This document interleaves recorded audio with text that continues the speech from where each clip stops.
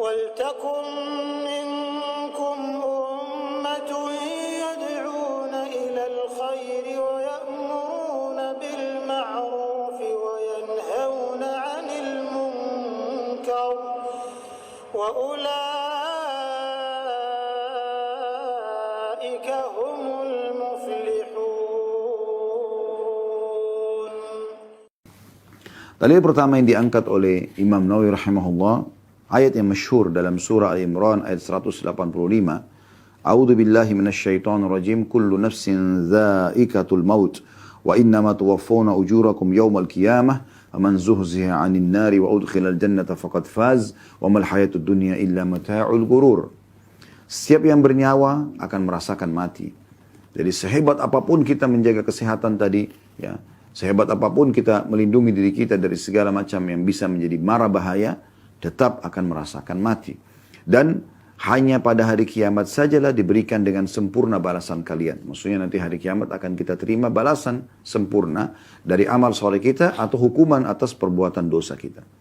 Barang siapa yang dijauhkan pada hari kiamat dari neraka dan dimasukkan ke dalam surga, maka sungguh dia telah memperoleh kemenangan yang besar. Kehidupan dunia itu tidak lain hanyalah kesenangan yang memperdaya.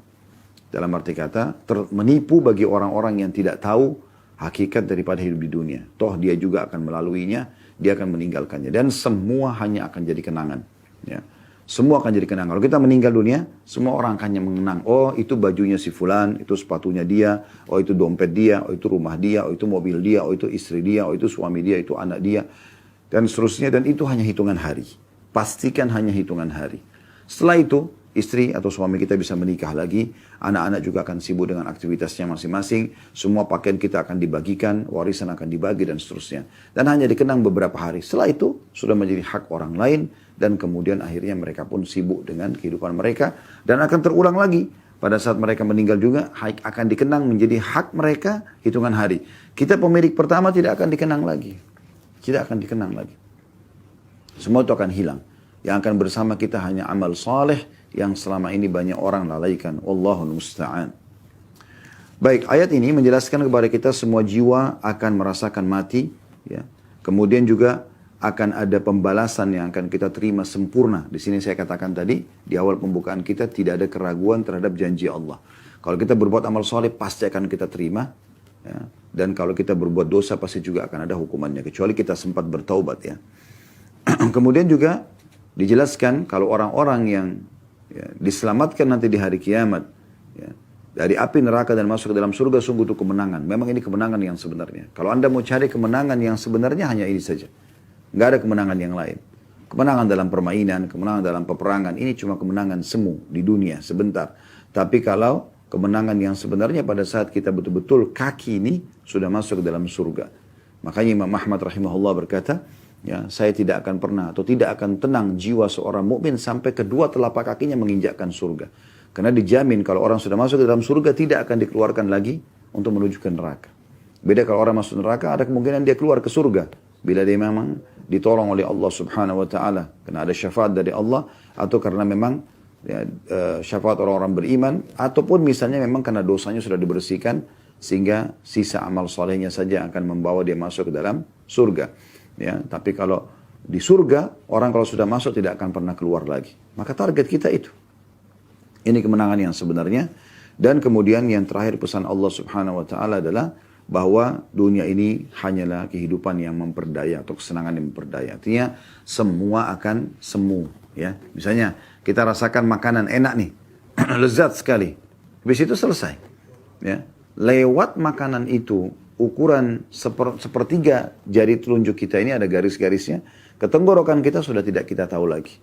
Bahkan kita sudah tidak bisa bedain mana daging, mana ikan, mana nasi, mana kentang, ya, dan seterusnya. Di ujung lidah iya, model di depan mata kita sudah makan iya, tapi kalau sudah lewat maka sudah selesai urusannya. Ya. Maka semu sebenarnya, semu. Pakaian kita pakai nih, setelah kita pakai, beberapa waktu kita akan merasa, oh ini tadinya model tren, sekarang sudah mulai berkurang. Atau paling tidak pada saat dia sobek, atau dia rusak, atau dia lapuk, atau kita meninggal dunia. Maka semua juga akan ketinggalan. Seperti itu. Kendaraan, mobil, motor, mungkin kita anggap sekarang paling canggih yang kita gunakan. Nanti lama-lama akan keluar model baru dan akhirnya ketinggalan. Handphone, semuanya. Maka itu semu. Semuanya itu semu. Maka tunggangi dunia ini teman-teman sekalian untuk mendapatkan yang terbaik di akhirat sana. Itu poinnya.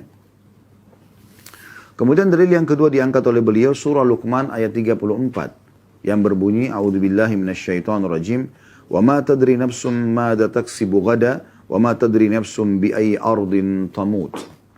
Dan tidak ada seorang pun yang dapat mengetahui dengan pasti apa yang akan dikerjakannya besok, dan tidak ada seorang pun yang dapat mengetahui di bumi manakah dia akan mati. Saksi bahasan kita akhir potongan ayat ini tentunya.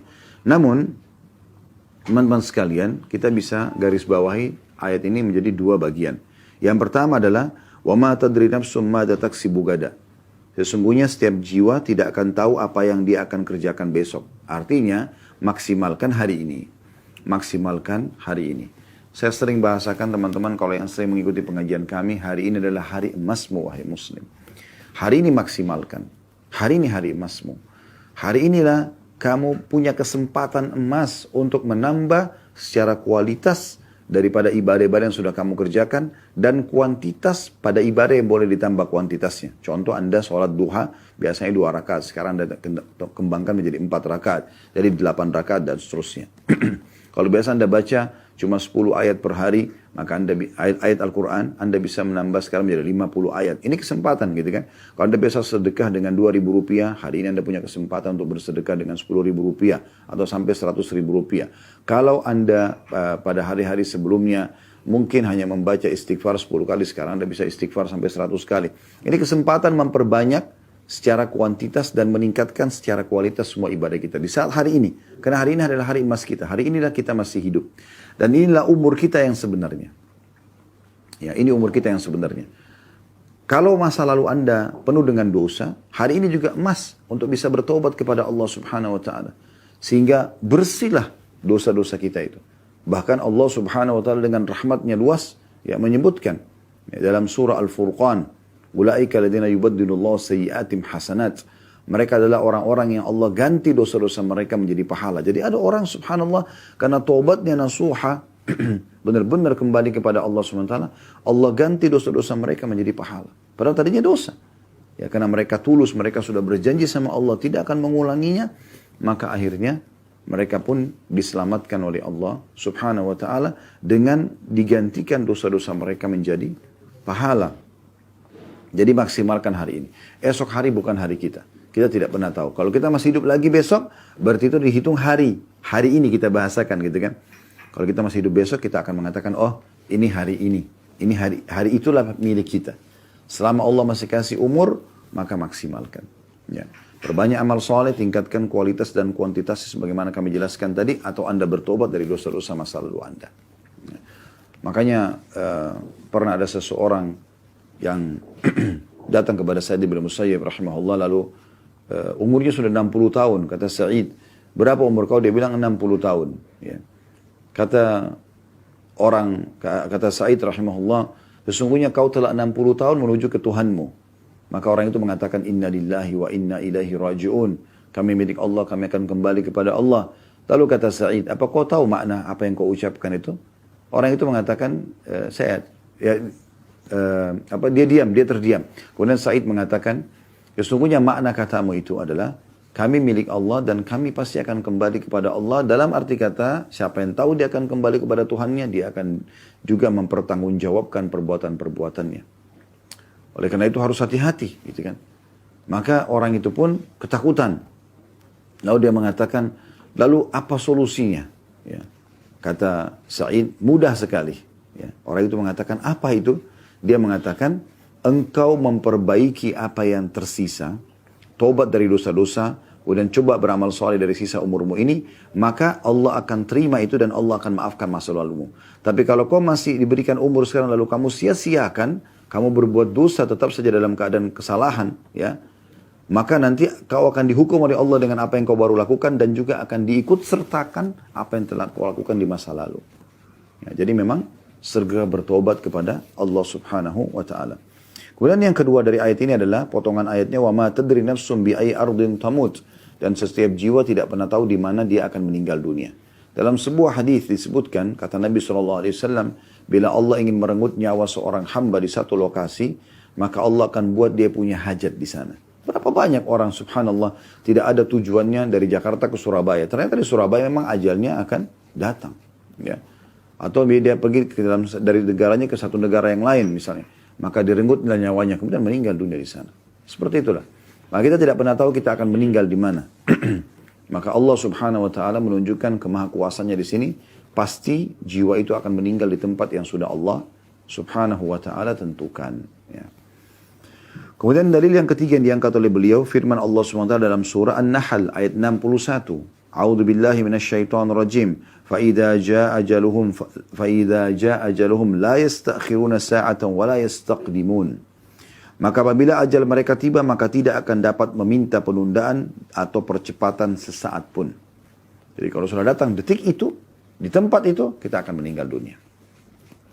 Makanya saya selalu terinspirasi dengan kisah seorang salafus saleh yang bernama Abdullah pada saat anaknya wafat dibunuh orang. Kemudian datanglah seseorang yang menyampaikan kepada dia berita tentang masalah wafat anaknya itu. Maka dia pun dengan sangat tenang merespon. Pada saat orang bawa berita itu mengatakan, wahai Abdullah, anakmu mati dibunuh orang. Maka dia lagi ngunyah makanan, dia dengan tenang, ya, tetap saja dia memberhentikan kunyahan makanannya dengan sangat tenang, lalu dia mengatakan inna lillahi wa inna ilaihi rajiun, lalu dia kembali mengunyah makanannya. Yang bawa informasi penasaran sambil mengatakan, wahai Abdullah, anakmu baru mati dibunuh orang.